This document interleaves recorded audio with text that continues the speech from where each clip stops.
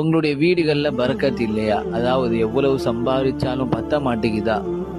நபி ஸல்லல்லாஹு அலைஹி வஸல்லம் இந்த பிரச்சனைக்கான தீர்வாக பல வழிமுறைகளை சொல்லி இருக்காங்க.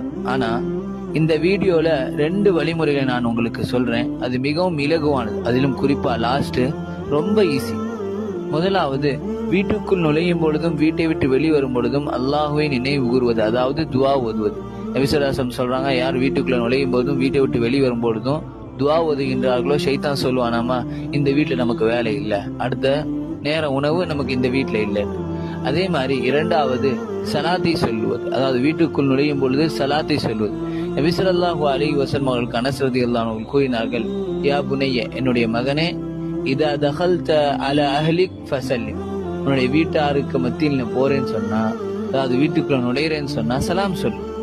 யகுன் பரக்கத்துன் அலா அஹ்லிக், அதனால என்ன ஆகும், உனக்கும் உன்னுடைய குடும்பத்தாருக்கும் அல்லாஹ்வுடைய பரக்கத்து கிடைக்கும் என்று சொன்னாங்க. இந்த 2 விஷயங்களை ஃபாலோ பண்ணி பாருங்க, உங்களுடைய பிரச்சனைகள் எல்லாமே இன்ஷா அல்லாஹ் அல்லாஹ்வுடைய உதவியை கொண்டு தீர்ந்துரும். அஸ்ஸலாமு அலைக்கும் வரஹ்மத்துல்லாஹி வபரகாத்துஹு.